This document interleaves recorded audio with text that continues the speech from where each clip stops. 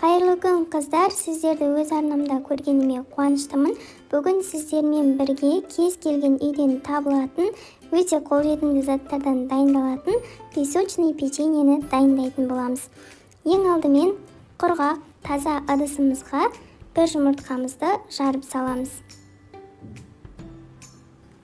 Үстінен аздап тұз саламыз. Және де 3 ас қасық қант саламыз.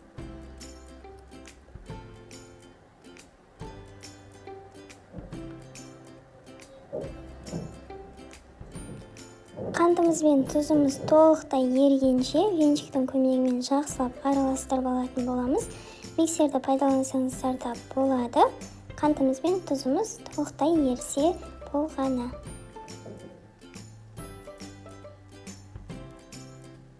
Енді дайын болған жұмыртқалы массамыздың үстіне 4 ас қасық сұйық майымызды құятын боламыз.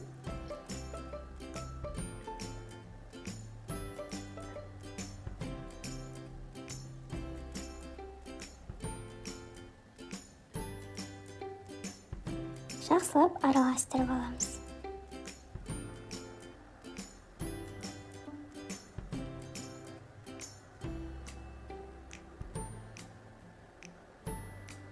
Дайын болған сұйық массамызды шетке алып, 150 грамм електен өткізілген ұнымызға 1 шай қасық қопсытқышымызды қосамыз.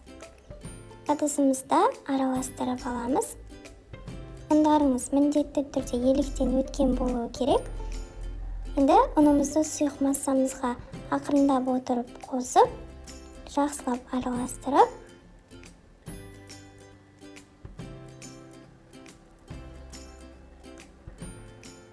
қалған ұнымызды қосып, қолымызбен жұмсақ етіп қамыр илеп алатын боламыз.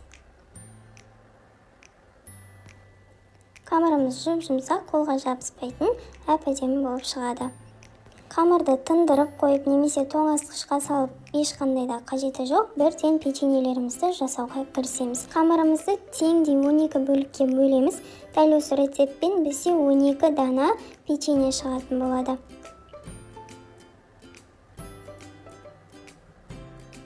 Барлығын бөліп алғаннан кейін қолымызбен дөңгелетіп шарик жасаймыз.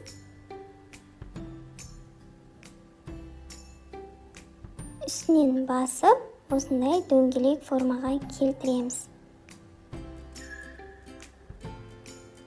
Пергамент төселген немесе фольга төселген, болмаса дәл менікі сияқты силиконовый коврик төселген табамызға печеньелерімізді орналастырып аламыз.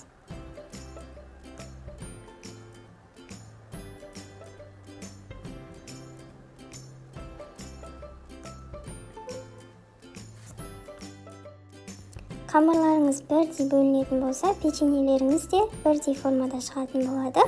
Араларын кішкене алшақтау етіп орналастырып, алдын ала қыздырылған 180 градустағы пеште 15, ары кетсе 20 минуттай пісіріп алатын боламыз. Бұл печеньенің тағы бір жақсы жері тез піседі. Аяқ асты қонақтарыңыз келіп қалған болса, тез дайындап бере қоясыз, болмаса балаларыңызға бір демде тез дайындап бере алатын тәттілердің қатарынан. Міндетті түрде жасап көріңіз, рецепт сізге пайдалы болсын.